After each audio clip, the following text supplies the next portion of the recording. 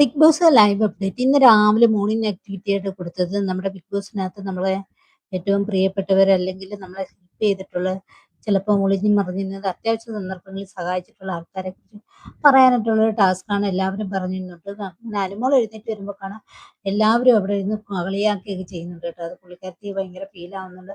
അപ്പാനിശരത്തിനോട് പുള്ളിക്കാരത്തി കളിയാക്കുന്ന രീതി അപ്പാനിശരത്ത് എന്തോ പറയുന്നുണ്ട്. ആ പുള്ളിക്കാരത്തി ചോദിക്കുന്നുണ്ട് എന്താണ് ചോദിക്കുന്നുണ്ട്, എന്താ കേൾക്കാൻ വയ്യ എന്നൊക്കെ ഷൗട്ട് ചെയ്ത് ചോദിക്കുന്നുണ്ട്. അതിനുശേഷം കാണാം പുറത്തിറങ്ങി വന്നതിന് ശേഷം ശാരീരികമായിട്ട് അനുമോള് പറയുന്നുണ്ട്, എനിക്ക് ആരുടെയും സോറി പറയേണ്ടവരടുക്ക് ഞാൻ സോറി പറയാം, പക്ഷെ ഫ്രണ്ട്ഷിപ്പ് കൊണ്ടുചെയ്യാനോ പിന്നെ അവരോട് മിണ്ടാനൊന്നും എനിക്ക് താല്പര്യമില്ല. എനിക്ക് ആരോടും ചെന്ന് അഭിനയിച്ച് നിൽക്കാൻ താല്പര്യമില്ല. എനിക്ക് വേണമെങ്കിൽ ഇവിടെ നിന്നിട്ട് വേണമെങ്കിൽ കളിച്ച് ചിരിച്ച് എല്ലാം മറന്നിട്ട് കളിച്ച് ചിരിച്ച് ഫെയിമിന് വേണ്ടി ക്യാമറയ്ക്ക് വേണ്ടി അഭിനയിക്കാൻ പറ്റും, പക്ഷെ എനിക്ക് അതിനോട് താല്പര്യമില്ല എന്ന് അനുമോള് പറയുന്നുണ്ട്. അനുമോൾ അങ്ങനെയാണ് കേട്ടോ. അനുമോൾക്ക് ആരോടെങ്കിലും ബുദ്ധിമുട്ടിക്കുന്ന രീതി, അനുമോളെ വിഷമിപ്പിക്കുന്ന രീതി, ആരെന്ത് പറഞ്ഞാലും അനുമോൾ പിന്നെ അവരെ മൈൻഡ് ചെയ്യത്തില്ല. എന്ന് വെച്ചാൽ അനുമോളുടെ നേച്ചറാണത്.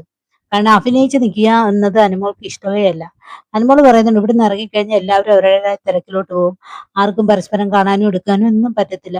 അപ്പൊ ഞാനും അത് രീതിയിൽ അങ്ങ് പോകത്തേ ഉള്ളൂ, അല്ലാതെ എനിക്ക് ആരുമായിട്ടുള്ള ഫ്രണ്ട്ഷിപ്പ് ഒന്നും വേണ്ടെന്നാണ് അനുമോൾ പറയുന്നത്. കാരണം അനുമോളുടെ ജീവിതത്തിലാണെങ്കിൽ കൂടെ നിന്നവരെല്ലാം ഇങ്ങനെ അനുമോളെ അത്യാവശ്യ സന്ദർഭങ്ങളിൽ കുത്തുന്നതാണ് അനുമോളെ കണ്ടിട്ടുള്ളത്. അനുമോളുടെ പ്രത്യേകത എന്ന് പറയുന്നത് ഒരിക്കൽ പോലും ആദിലയും നൂറയും കൈവിട്ട് അനുമോൾ സംസാരിച്ചിട്ടില്ല, മറ്റുള്ളവരുടെ മുമ്പിൽ വിട്ടുകൊടുക്കത്തില്ല.